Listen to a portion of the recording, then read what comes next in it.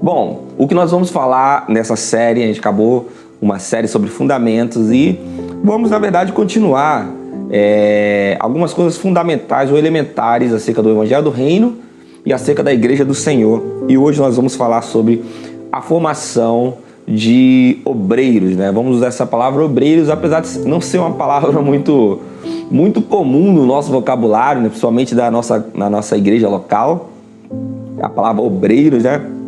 Mas entenda obreiros como alguém que é um servo de Deus, um discípulo de Jesus e que coloca a sua mão para servir. Um obreiro. Então, para começar, eu queria dizer para você o seguinte. Como eu disse no início, esse assunto é um dos assuntos mais importantes da vida da igreja, é um dos assuntos mais essenciais, eu podia dizer que é uma das coisas mais essenciais para o crescimento da igreja, é o assunto da formação de obreiros. Na verdade, é a formação de novos obreiros. E como esse assunto é um assunto tão especial, ele requer a nossa atenção.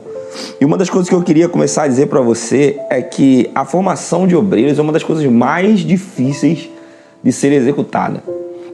Porque a formação de obreiros, ou a formação eu vou usar essa palavra obreiros, vai se familiarizando com essa palavra, né?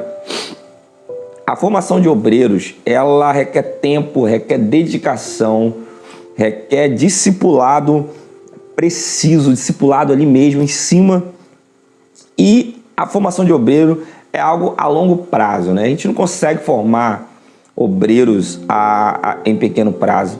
E aí vem o primeiro paradoxo, né, da igreja atual, é como a gente faz as coisas que precisam ser feitas com urgência, se a gente precisa formando obreiros a longo prazo.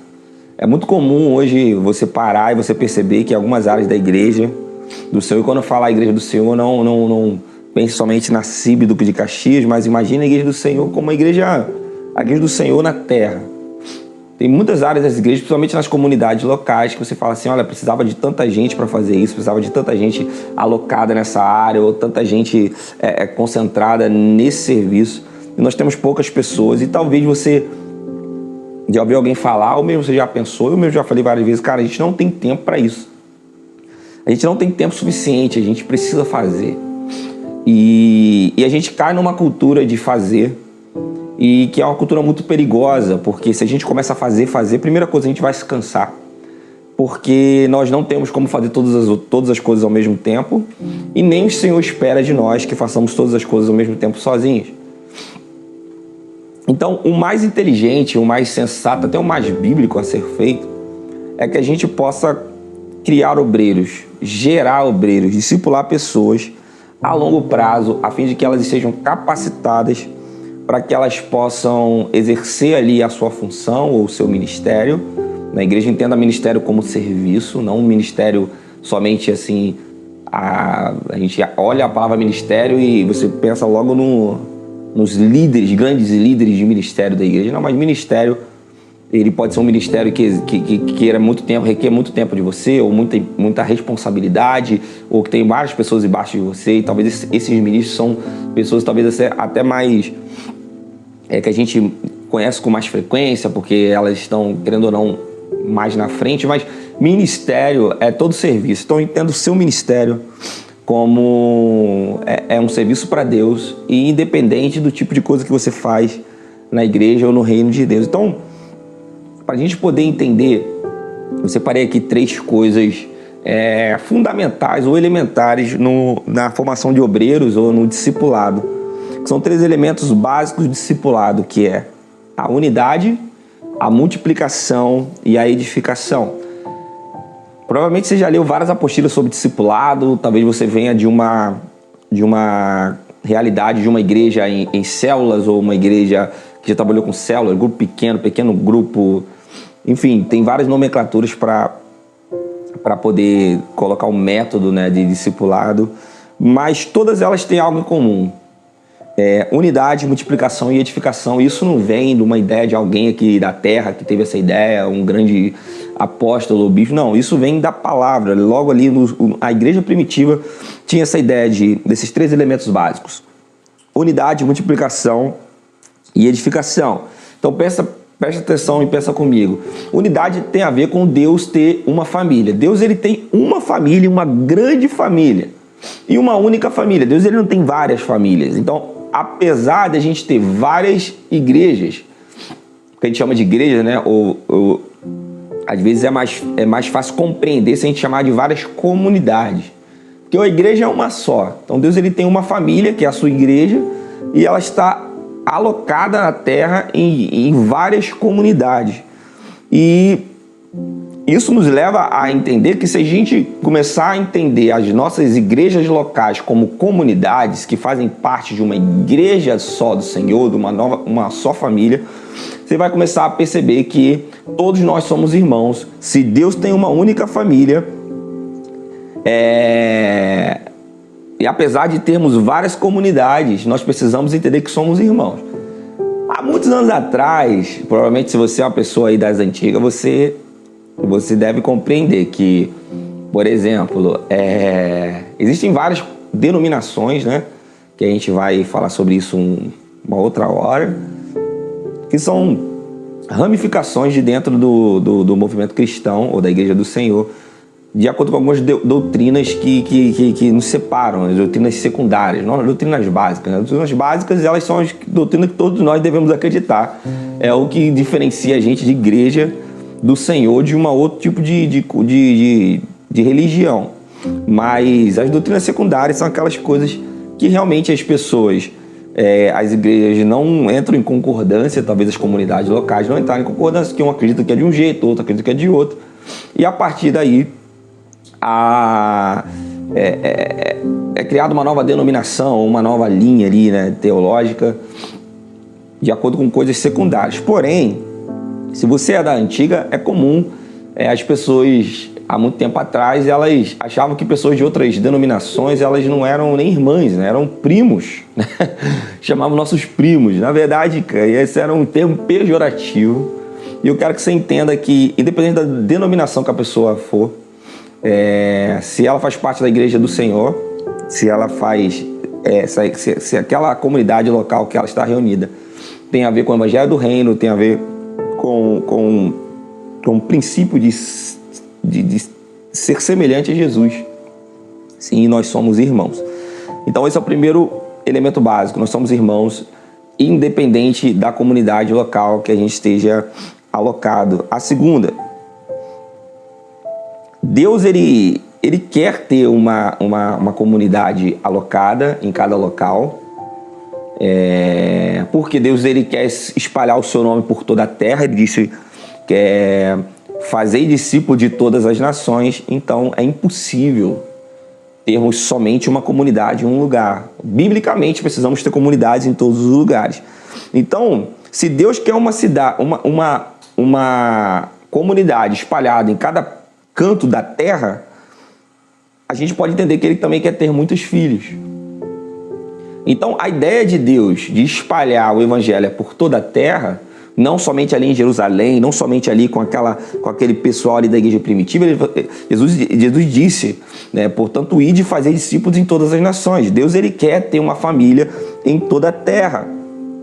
Isso tem a ver com o quê? Com multiplicação.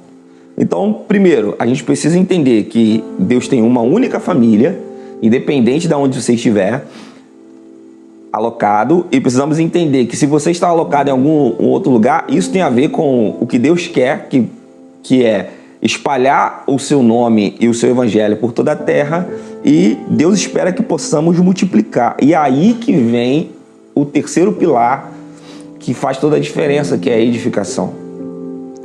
Porque a ideia não é que Deus quer ter muitos filhos em quantidade. Deus quer ter muitos filhos que sejam semelhantes a Jesus. A ideia de Deus não é ter uma igreja cheia de pessoas, mas cheia de pessoas que sejam semelhantes a Jesus. Isso tem a ver com edificação. Então, por exemplo, recapitulando, Se tem a ver com unidade, sermos uma família. Se tem a ver com multiplicação, sermos muitos filhos da mesma família. Isso tem a ver com edificação, ou seja, sermos uma família com muitos filhos que sejam semelhantes a Jesus, edificados. Como é que a gente pode cumprir essa grande comissão sem obreiros? É impossível. É impossível. Então, imagine, como é que se pode colher uma grande colheita de uma grande plantação se a gente tem falta de braços para semearem a grande colheita ou semearem aquela grande plantação, aquela grande lavoura? Temos falta de braço para lavrar a terra. Esse é o principal problema hoje da igreja na terra. É por isso que as igrejas começam a minguar, é por isso que as igrejas começam a diminuir. E por muitas igrejas morrem, muitas comunidades elas fecham por falta de obreiros qualificados e obreiros responsáveis. Então a gente sabe que tem muitas coisas para fazer. E o mais comum é a gente tentar envolver o máximo de pessoas que a gente conseguir em tudo que a gente pode. Só que a gente tem que se preocupar não somente na multiplicação, mas essa multiplicação ela precisa estar alinhada com pessoas que sejam semelhantes a Jesus. A ideia não é a gente multiplicar o número de pessoas, mas a ideia é de multiplicar o número de pequenos cristos, de cristãos. A ideia é multiplicar pessoas que tenham o caráter de Jesus. E para isso requer tempo, isso requer trabalho, isso requer dedicação. Isso requer muitas vezes, cara, a gente passar um ano inteiro sem fazer alguns tipos de atividade, só treinando pessoas. Isso requer, muitas vezes, a gente parar tudo que a gente está fazendo e focar em treinamento, focar em edificação, focar em fortalecer, em gerar pessoas. Porque é só você pensar, é inútil a gente pensar que a gente pode multiplicar o número de pássaros se a gente não tiver multiplicação do número de casais de pássaros. Por quê? Porque para que seja gerado um novo pássaro, você precisa ter um pai e uma mãe para gerar. Quanto mais a gente começar a se preocupar em formar pais e mães espirituais, aí eu não estou entrando aqui naquela linha de paternidade espiritual que algumas comunidades têm, não é em relação a isso, mas em uma pessoa que possa te ajudar a encontrar Deus, uma pessoa que possa te ajudar a apontar, na verdade, apontar a direção de Jesus e sair da frente. Uma pessoa que possa, sabe, sempre te mostrar o caminho. Olha, cara, Jesus está aqui, olha, Jesus está para esse lado de cá, Jesus está para esse tipo de decisão. É esse tipo de paternidade que eu estou querendo dizer. Não aquela paternidade que diz, que aponta a direção para si mesmo, mas aquela paternidade que aponta pessoas para Jesus. Então, a direção para Jesus. Então, se a gente começar a se concentrar, ou nos concentrarmos em gerar pais e mães espirituais, ou seja, pessoas que, obreiros que apontem o caminho de Jesus para as pessoas, nós vamos conseguir gerar muito mais pessoas que sejam, entendam o que quer dizer família, entendam que tem que multiplicar também e entendam que elas precisam ser semelhantes a Jesus. Quando você vê a história de Jesus ou a obra de Jesus na Terra, você vai perceber que o tanto de tempo que Jesus se preocupou em gerar obreiros. Por exemplo, Jesus ele não se preocupou tanto em abrir comunidades na região de Jerusalém. Ou, por exemplo, cara, eu vou estar aqui na Terra durante alguns anos. Isso Jesus pensando, talvez, um exemplo. Então eu vou tentar abrir o máximo de comunidade que eu conseguir aqui na Terra. E quando eu for embora, vai ter um monte de gente que vai poder continuar o evangelho do reino. Então, na verdade, ele não pensou por aí, porque esse não é o tipo de decisão que ele tomou e nem que nós devemos tomar. O que ele pensou? Não importa a quantidade, mas se eu conseguir imprimir em certas pessoas o meu caráter, edificar essas pessoas, entender que somos uma família, entender que eles precisam multiplicar, mas eles estão preparados, estão edificados, a igreja do Senhor vai ser fortalecida e ela vai durar por toda a eternidade. Então, Jesus ele procurou formar discípulos e foi o seu principal trabalho. Se você começar a olhar ali os evangelhos, você vai perceber que essa foi a chave do pensamento de Jesus. Nenhuma outra ocupação, nenhuma outra coisa ocupou tanto tempo, ocupou tanta atenção de Jesus, a não ser gerar discípulos e gerar pessoas ou formar obreiros, sabe? Então, mais uma vez, cara, essa é o principal resultado da falta de obreiros de qualidade na igreja atual, é que a gente tem se preocupado pouco em formar pessoas. A gente quer que as pessoas façam as coisas, a gente quer colocar as pessoas para trabalhar em algum ministério, mas a gente tem a dificuldade de ensinar, de sentar, ensinar e de discipular pessoas para que possam ser gerados obreiros com qualidade suficiente para realizar a colheita que Deus vai enviar para a terra. Então, uma coisa que a gente pode pensar aqui é que a oração principal que nós temos que fazer, irmãos, é: Senhor, envia-nos obreiros. Jesus disse, né? A seara é grande, poucos são os obreiros ou os trabalhadores. Então vamos orar para que o Senhor da seara envie mais obreiros. Cara, essa é a oração da igreja lá da época de Jesus e a oração da igreja até hoje, sabe? Nós precisamos orar para que Deus envie obreiros, para que Deus envie obreiros. Então, uma coisa que eu queria deixar aqui para você: nas suas orações, coloque o seguinte: Deus envie obreiros para a nossa comunidade local, a fim de que não somente envie obreiros, né, mas Deus nos ajude a gerar obreiros. Acho que essa palavra seja até mais esclarecedora: gerar obreiros, porque às vezes os obreiros estão perto de nós, eles só ainda não estão qualificados ou talvez não entenderam que são obreiros, que eles podem ser usados pelo Senhor. E é isso que nós vamos falar agora no decorrer dessa palavra, que cada discípulo é um obreiro. Quando você pensa em obreiro, dependendo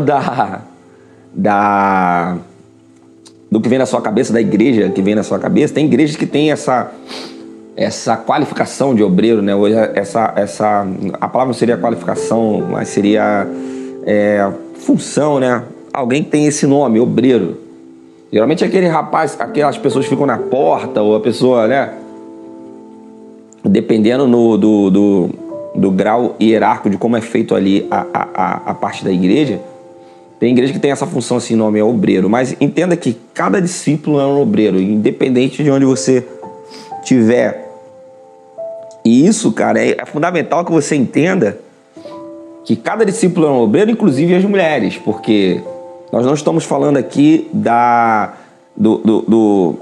dos cargos eclesiásticos, tudo bem? Porque aí já é um outro assunto, aí vem de comunidade para comunidade, mas entenda, todo discípulo é um obreiro. Obreiro, aquela pessoa que está apta a servir, está pronta a servir, que ela pode desempenhar um papel dentro da igreja, inclusive as irmãs, as mulheres.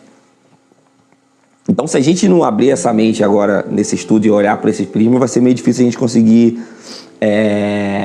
compreender, porque você vai achar que é algo só para os homens. Não, mas todo discípulo é um obreiro. E entenda o obreiro como um servo. Então, agora faz muito sentido aquela frase que a gente ouve a vida inteira, que servo só serve para servir. Ou, por exemplo, servo só serve para servir sempre, né? Tem várias... E isso faz muito sentido quando você olha em relação ao obreiro. Se você é um discípulo de Jesus, você foi chamado, ou seja, o seu serviço é servir. E quando a gente pensa em servir, aí vem algo que eu estava pensando hoje. Eu falei assim, cara, mas como assim? Se a gente for pensar que todo mundo está apto a servir, a gente não vai cair naquele ciclo de que a pessoa tem que chegar e começar a fazer algo, e aí no final das contas a pessoa não conseguiu se qualificar, não conseguiu ser treinada, não conseguiu ser discipulada, e aí dá no mesmo. Nós temos um monte de pessoas e nós temos muitas faltas de caráter, falhas de caráter, pessoas que não se parecem com Jesus. Por quê? Porque na verdade uma das funções do discípulo, ou a palavra discípulo, tem a ver mais com aprendiz, né? O discípulo tem a ver com aprendiz. Então vamos dizer assim, ó, todo aprendiz é um obreiro, ou seja, você tem duas qualificações. A primeira é que você é um aprendiz e a segunda é que você é um serviçal, ou um obreiro, ou um voluntário. Então não tem como, meu irmão, você ser um obreiro se você não é um discípulo. Ou seja, não tem como você ser um servo ou alguém que faça alguma coisa se você não é um aprendiz. Então, aprender ou ter um coração inclinado para o aprendizado, ou um coração ensinável, a palavra é essa, um coração ensinável, é uma das primeiras coisas que você precisa ter. Então, sim, o servo só serve servindo, e uma das coisas que o servo tem que fazer mais é aprender, porque ele é um discípulo. Então, muitas vezes, o maior serviço que você pode fazer é sentar e estudar a palavra, sentar e aprender com as pessoas que estão te ensinando, sentar e ouvir, entender, escutar Deus, sabe? Se você for olhar, as pessoas que andavam com Jesus, a maior parte das coisas que elas faziam era aprender. Elas eram servos, elas eram obreiros, Jesus estava formando obreiros, e a maior parte do tempo que elas ficavam fazendo com Jesus era aprendendo. E assim, quando eles começaram a trabalhar, eles trabalhavam, mas eles não deixavam de ensinar uns aos outros, eles não deixavam de aprender uns com os outros. Então, o primeiro passo de um obreiro é ter um coração de aprendiz. Ele precisa aprender. E aí, Efésios 4, capítulo 4, versículo 12, diz o que os apóstolos ensinavam e faziam acerca desse assunto. Por exemplo, com vistas ao aperfeiçoamento dos santos para o desempenho do seu serviço. Ou seja, quando Paulo está falando aqui a carta aos Efésios, ele deixa claro que a primeira responsabilidade do presbítero ou do obreiro, né, que a gente está dizendo, é o aperfeiçoamento ou edificação. Ou seja, ele precisa se edificar, a fim de que cada um desenvolva e exercício o ministério que o Senhor lhe deu. Ou seja, meu irmão, até para a gente poder servir, a gente precisa saber aonde nós fomos alocados, em qual área nós fomos alocados, por Deus. Claro que pessoas vão nos ajudar, nos indicar, falar assim, olha, seria legal a gente estudar essa parte, seria legal você trabalhar, se envolver em tal área da igreja. Mas isso vem junto com o seu interesse em ter um relacionamento com Deus, para poder ouvir a Deus naquilo que Deus quer que você possa ser inserido. Então aqui a gente pode destacar mais uma vez algumas coisas. A primeira é que quando Paulo está falando em vista do aperfeiçoamento dos santos para o desempenho do seu serviço, ele está deixando isso bem claro, que isso é para todos, inclusive homens e mulheres, inclusive os santos, meu irmão, santos são todos nós que nos convertemos, que entramos para a família de Jesus, ou da família de Deus, ou seja, isso é um chamado para todos nós. Segundo, a instrução comunicada a cada um consiste em colocá-lo na função de ministrar a igreja, ou vou usar uma palavra aqui, diaconia, mas não, mais uma vez, não confunda com a função, né, eclesiástica da Igreja Batista ser um diácono. Mas imagine, primeira coisa, todos nós fomos chamados para aprender e entender aquilo que nós temos que fazer. Segundo, todos nós precisamos fazer algo que Deus colocou para que a gente possa fazer. 2 Coríntios 5,18 diz: Ele nos reconciliou e nos deu o ministério da reconciliação. Ou seja, Jesus nos reconciliou com Deus e nos deu o ministério da reconciliação. Não que nós vamos reconciliar as pessoas, que quem reconcilia as pessoas é Jesus. Jesus reconcilia as pessoas com a Deus. Mas Ele nos reconciliou para auxiliarmos na reconciliação das pessoas com o Pai. Ou seja, é um chamado para todo mundo que foi reconciliado. Não é um chamado somente para os líderes da igreja, somente para os pastores, somente para os líderes de ministério, mas todo discípulo é um obreiro. Todo discípulo foi reconciliado, todo discípulo é um aprendiz, todo discípulo precisa aprender aquilo que Deus quer que você faça, todo discípulo precisa aprender para entrar no ministério da reconciliação, ou seja, discipular pessoas. Paulo ainda fala um pouquinho mais para frente, ele diz assim: pois Deus em nós a palavra de reconciliação, de sorte que somos embaixadores da parte de Cristo, irmão. Todos nós somos embaixadores da parte de Cristo. E ele começa a falar um pouco mais da função mais para frente. Como se Deus por nós rogasse, rogamos, pois, da parte de Cristo que vos reconcilieis com Deus. Ou seja, a ideia de Paulo deixa muito claro de que o ministério ou o serviço, né, da reconciliação, ou seja, da propagação da palavra, de discipular pessoas, tem a ver com todo discípulo, todo salvo, todos os cristãos. E aí ele dá um modelo também aqui em 2 Coríntios capítulo 5. Qual seria esse modelo da reconciliação? 5:21. Aquele que não conheceu o pecado, Deus o fez pecado por nós, para neles fôssemos feitos justiça de Deus. Ou seja, meu irmão, todos nós, mais uma vez, todos nós. Então, quando você começa a ler esse versículo, você não vai falar assim: olha, Paulo está referindo isso a ele ou referindo isso aos apóstolos. Paulo está referindo isso a todo cristão. Tem outro versículo que você pode ler também para poder comparar essa passagem, que está lá em 1 Pedro 2,9, se você quiser depois pesquisar. Terceiro ponto, por exemplo, Jesus ele subiu aos céus, Mateus capítulo 28, versículo 19 e 20, ele diz assim: ide, portanto, fazer discípulo em todas as nações. Ou seja, mais uma vez, a grande comissão tem a ver com todo discípulo de Jesus. Ele não estava falando ali somente para os 11, né? Ele não estava falando ali para os 11. Judas já não estava mais. Ele estava falando ali para os 11. Ele estava falando, inclusive não tinham só 11 pessoas ali. Estavam os discípulos de Jesus ali. E quando Jesus estava subindo, não eram somente só aquelas pessoas ali. Tinham mais pessoas ali vendo a ascensão de Jesus. E Jesus dá essa incumbência da grande comissão a todos os discípulos. Ou seja, quem Jesus está comissionando para fazer a grande comissão? Toda a igreja. Jesus não está comissionando os 11 apóstolos. Ele diz, portanto, ide fazer discípulos em todas as nações. Aí você vai ver, como é que você acha que os 11 apóstolos conseguiriam comissionar tudo isso? Conseguiriam fazer tudo isso, todas as nações? Por isso que a ideia de uma família, a ideia de multiplicar e a ideia de edificar todas as igrejas, até todas as comunidades locais, uma igreja só, até os confins da terra. Então, se o Senhor dirige o chamado que a gente tem a certos ministérios especiais, beleza. Tem coisas que Deus dirigiu para o ministério da palavra, tem coisas que Deus dirigiu para alguns tipos de chamados específicos. Porém, aqui em Mateus capítulo 28, ele está dirigindo a toda a igreja. É algo para a grande comissão, é algo que envolve todo mundo, não somente os líderes da igreja.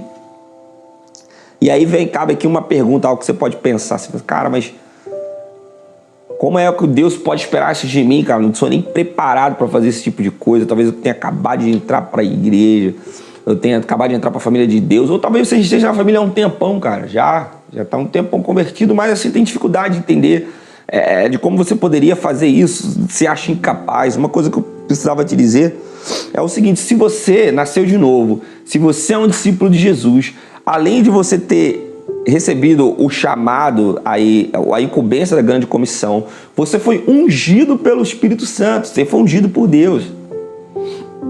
E aí você vai falar assim, cara, mas como assim eu sou ungido pelo Espírito Santo? Atos capítulo 1, versículo 8.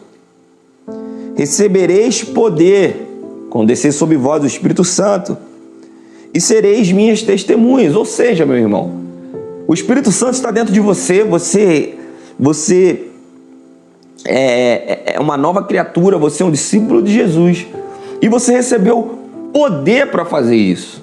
Então, se você se acha menor ou se você tem dificuldade de discipular pessoas ou de gerar discípulos ou de se empenhar em algo como um obreiro, sabe, aprenda uma coisa essa noite: você recebeu poder para ser testemunha de Deus aqui na terra.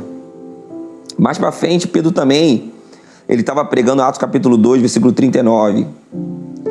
Para todas aquelas pessoas que tinham recebido ali agora o Espírito Santo ali em Pentecostes, ele diz: para vós outros é a promessa, quanto para quantos o Senhor, nosso Deus, chamar. Ou seja, Pedro estava deixando bem claro que o que estava acontecendo ali em Pentecostes, o poder que estava sendo liberado sobre as pessoas, não era somente para aquelas pessoas que estavam ali com Jesus, não era também somente para as pessoas que estavam em Pentecostes, mas era para todas as pessoas quanto Deus chamasse.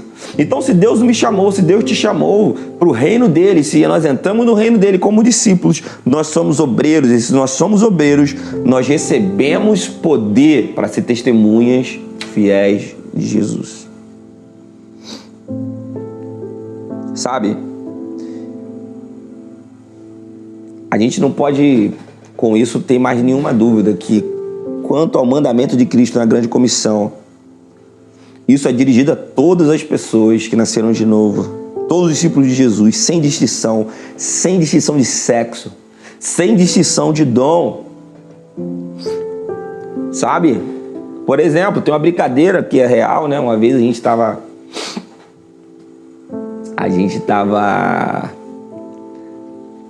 Eu não estava, né? Mas alguns amigos estavam reunidos para fazer algo que ia ser um momento evangelístico e eu tinha que fazer um tipo de função, eu me lembro, e falaram que uma pessoa falou assim: olha, eu não posso fazer isso não porque eu sou o pregador, ou eu não posso fazer isso não porque o meu ministério é outro, ou eu posso fazer... Entendeu? E era algo que tinha a ver com todo mundo, não tinha a ver com um ministério específico ou outro. Ou seja, cara, a grande comissão, discipular pessoas, gerar obreiros e ser obreiros, isso não tem a ver com o sexo que você tem, isso também não tem a ver com o dom que você tem, e nem a ver com o tempo que você tem de igreja. Se você entrou para a família de Jesus, cara, você já recebeu o poder para começar a aprender, a ser testemunha, a ser discípulo de Jesus, a ser um obreiro, a discipular pessoas e a multiplicar. Então esse é o grande princípio da colheita do Evangelho, a colheita de Cristo, né? Que todos nós podemos fazer parte. E aí você começa a perceber que se a igreja compreendesse essa ideia, cara, as coisas seriam outras, sabe? Imagine, se todo mundo percebesse que o poder que Deus liberou sobre nós, todo mundo entendesse que a gente pode gerar discípulos, que a gente pode aprender, que a gente pode crescer como igreja, olha o quanto de coisas a gente ia fazer diferente, olha de como nós seríamos fortes, ou mais fortes. Sabe, quando você olha uma grande colheita, eu me lembro uma vez eu fui no Paraguai, e aí você passa por uns campos de trigo, assim, é muito bonito. E você vê aquele campão de trigo, cara, e você vê, olha, a pessoa vai fazer essa grande colheita de trigo. Você acha que somente um pouquinho de trigo, um pouquinho de semente gerou toda aquela colheita? Claro que não. Cada semente gera um tantinho de plantas, né? de coisas a colher. E aí a gente vai juntando um sementinho aqui com sementinha ali, sementinha com muitas sementinhas, geram uma grande colheita. Ou seja, o trabalho é um trabalho tipo de formiguinha, é um trabalho que todos nós devemos fazer. Por isso que Deus espera e quer ter uma família com muitos filhos e que sejam edificados, semelhantes a Jesus. Tem a ver com, meu irmão, cada um faz um pouquinho. E às vezes não é isso que a gente vê. Às vezes a gente coloca a responsabilidade toda em cima de uma pessoa, a responsabilidade toda em cima de outra. Você quer ver só uma coisa? Eu estava comentando com uns amigos uma vez, não sei, quando a gente fala assim sobre uma igreja, a gente nunca se inclui. Por exemplo, você vai falar da CIB, você fala, não, porque a igreja, às vezes você vai reclamar, a igreja não concorda, ou a igreja não está apoiando. Mas, irmão, a igreja, quem é a igreja? A igreja é você, cara. Quer dizer, você sozinho não é igreja, mas você faz parte da igreja. Então eu acho que essa palavra que a gente também joga muito terceirizando, a igreja, a CIB, a igreja tal, sabe? Por que a gente não coloca nós, né? Tiramos, talvez, sem tirar essa palavra a igreja, colocar nós, talvez isso mude, sabe? nós não apoiamos, nós não estamos fazendo algo, nós não estamos evangelizando, nós não estamos discipulando pessoas, nós estamos perdendo pessoas, nós não estamos conseguindo frutificar. Talvez se a gente botar a palavra nós, a gente vai começar a perceber que, cara, depende de mim, depende de você, e que todos nós fazemos parte de um pouquinho de grão, que a gente faz uma grande colheita. Sabe, e a igreja começar a ter muitos obreiros não tem a ver somente com a gente conseguir multiplicar e colher muito. Mas se a gente tiver muitos obreiros qualificados, isso também tem a ver com a saúde da igreja e a defesa para a própria igreja. Porque quando um irmão cair, nós temos outro para levantar. Quando o irmão estiver desanimado, nós temos outro irmão para animar. Quando o irmão precisar de uma palavra de auxílio, nós temos outros tantos irmãos que podem ajudar dando tantas palavras de auxílio. Então, ter obreiros não tem a ver somente com crescer. Você pode falar assim, olha, mas esse negócio de crescer, de ter muita gente, tem gente que não gosta, acha que a igreja tem que ter 20, 30 pessoas e tá tudo tranquilo. Apesar de eu achar que isso não é bíblico, né? A Bíblia, você vê que o evangelho está sempre dizendo que você precisa multiplicar, que você precisa ter gente, que você precisa ter pessoas, e é por toda a terra. Então aquela parada da gente ter só um grupinho também, assim, não é tão bíblico assim, né? A gente precisa expandir, a gente precisa pregar, a gente precisa estar com outras pessoas. E até você mesmo que acha que não temos que ter tantas pessoas, ter muitos obreiros qualificados vai fortalecer mesmo aquele grupo pequeno de pessoas. Quando um cair, tem alguém para se levantar. Quando um precisar de uma palavra, tem alguém. Quando uma pessoa estiver confusa, tem outros tantos que podem estar mais sóbrios. Sabe, grande semeadura é igual a grande colheita. Então, todas as sementes constantes e fiéis produzem sua pequena cota de fruto. E quando juntam todas, produzem grande colheita. Sabe, esse é o método de Deus para que o Evangelho de Deus seja propagado por toda a terra. É entender que Ele quer ter uma família, que é uma família só. É entender que são muitos filhos, ou seja, espalhados por toda a terra, muitas comunidades, e que sejam semelhantes a Jesus, ou seja, cara, pessoas que pensem como Jesus, que orem como Jesus, que ajam como Jesus. Isso tem a ver com gerar obreiros qualificados. Então, cara, por mais que você não possa estar entendendo essa palavra que eu estou querendo dizer aqui para você, mas trazendo isso de uma palavra um pouco mais simples, olha só. Sabe o que a maioria de nós de comunidades, a maioria das comunidades faz? A gente fala muito em criar obreiros, em gerar obreiros. Até porque a gente gosta muito de evento. A gente acha que evento é legal. Mas os eventos enganam demais. Por exemplo, a gente faz uma campanha e aí a gente lota essa campanha. E aí, por a gente não ter o hábito de gerar discípulos, aquilo acaba morrendo. E a gente vai precisar de uma nova campanha, e uma nova campanha, e uma nova campanha, e uma nova campanha. E quando a gente vai criar campanhas, meus irmãos, é muito cansativo. Requer muito trabalho. Eu imagino que uma campanha é tipo um SAMU, sabe? Você precisa agora de uma emergência. Vamos fazer uma campanha? Só que você pode ir ao médico, né? Antes de passar mal.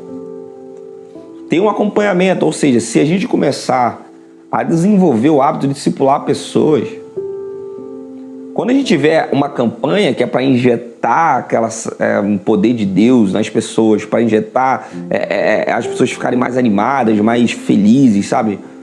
Isso só vai somar para que a gente possa multiplicar ainda mais com mais força. Mas o ideal é que a gente tenha pequenos grupos. E aí você pode dizer assim, mas não temos pequenos grupos porque lá na igreja não tem pequeno grupo. Aí troca por nós. Nós não temos pequenos grupos porque nós não fazemos nada por pequenos grupos. Então é necessário que a gente organize, é importante que a gente organize a igreja em pequenos grupos para estudar. Mas isso não impede que você tenha um pequeno grupo. de amigos, de irmãos, de caminhada, que você evangelize. Sabe, porque aquela pessoa que entendeu que ela é comissionada, que ela é um obreiro, ela não vai depender de anos para que alguém possa organizar uma célula para que ela possa participar. Ela mesmo, sem precisar organizar uma célula para que ela possa participar, ela já organiza o seu próprio grupo ali de estudo, pessoas leem os mesmos livros, pessoas para orar. Por exemplo, eu vou te dar uma ideia, cara. Quantas pessoas você conhece da igreja? Você já pensou em comprar um livro, mandar para elas e falar assim, olha, vamos todos ler, sei lá, Campo de Batalha da Mente, vamos ler todos juntos O Segredo do Lugar Secreto, um livro que você pode ler e tem um estudo em grupo. Vamos ler as excelências de Cristo, vamos ler todos juntos, sei lá, o Teologia Sistemática, vamos ler todos juntos o Segue-me. Enfim, meu irmão,